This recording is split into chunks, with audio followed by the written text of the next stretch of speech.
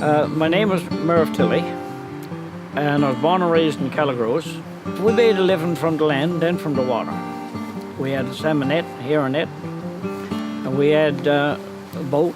Many of the times after supper, we took the boat and we went out jigging cod. And when we got out jigging cod, if the fish wasn't up to the torque over your knees, you didn't come in.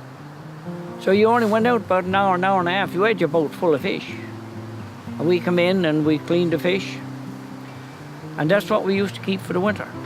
But in the winter, we used to have a big box, and we used to salt the fish. A layer of salt, a layer of fish, a layer of salt, a layer of fish. And Dad used to call that green fish. But most people used to take that fish and dry it. But we used to like it in salt bulk.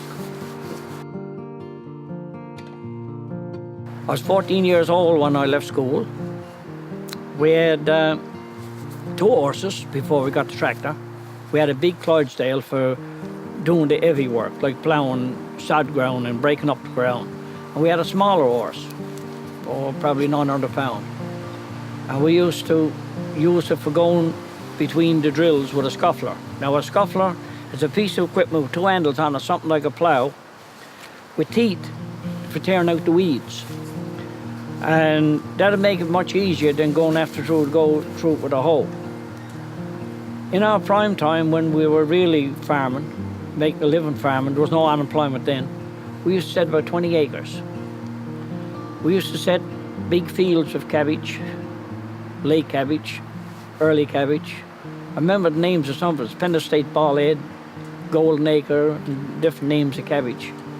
Some of it's still on the market today. And you set big fields of turnip. And beet, you'd have another big field of beet, carrot. And you'd make a living. We grew cabbage, turnip, potatoes, carrot, beet, and don't forget savoury. How hard did we work at savoury? We used to have a cedar. Now a cedar is, you've probably seen them here. 2 wheels on it and 2 handles. Open up the cover, dump your seeds in, and set what you're going to set. Turnip, carrot, beet, and there was a setting on it. And you took it and you went up on top of the trench if you're setting turnips, carrots, or any of these crops. But potatoes you put down in the trench. And so you went on top of the rows with the cedar.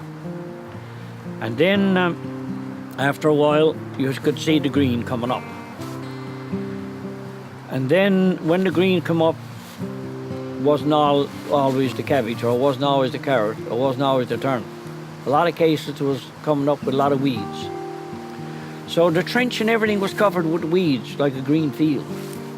So you took this piece of equipment with a wheel on the front of it and 6 pegs on it. It was called a horse scuffler. A scuffler is really a cultivator that they use with a horse. It was used in the late 30s to early 40s. Matter of fact, I still got them up there now. And the horse went up one drill, down the other drill. You had your horse trained that much, and you knew him so well, and he knew you so well, that you took the reins, you hung it on his aims, and you talked to him. And even if he was going to walk on the plant, you'd say, and he wouldn't walk on the plant. And you had your horse trained that way. Because you were with your horse every day, and you're working together. He was closer to you than a dog. We kept animals. We had a milk cow. We used to always have our own cream out in the pantry. And in the fall of the year, Dad used to take in all the supplies, because we lived out in Calagros at that time. You did not always get the roads plowed to get to St. John's. You might get to St. John's once or twice a winter. But we had our flour took in, and tea, sugar, sacks of sugar. And Dad was a good provider. We had all our own vegetables. And we used to have 3 cellars because we were making a living. Now a cellar, the average cellar used to be probably 20 feet, perhaps even some of the bigger cellars were 20 feet square. ourselves were big because we were farmers. And people in the communities then was different than they are now. I remember digging potatoes. We used to dig potatoes with a 6-fork prong. And you dig potatoes in your garden. When you got your garden done and your neighbour next door didn't have his done, you took your prong on your back and you jumped over the fence and you went over and you helped your neighbour.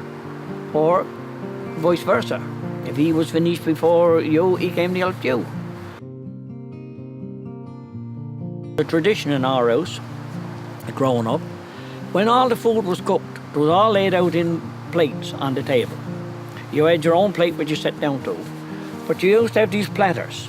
If there was fish and brews, or if there was salt meat and cabbage, or if there was pork chops, or whatever was for supper, it was all laid out on the table.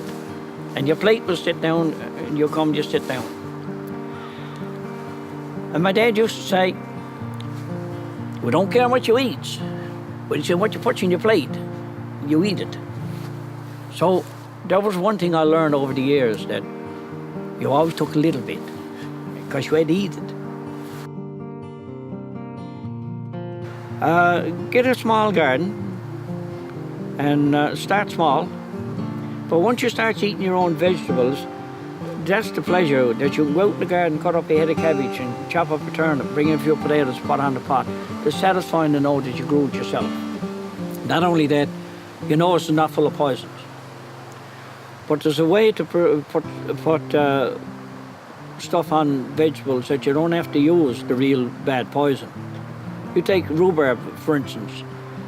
You take a bunch of rhubarb leaves, a couple of big armfuls of rhubarb leaves, throw into a half barrel, and put a fire under it, and steep it out for 20 minutes. And there's your poison, there's your pesticide.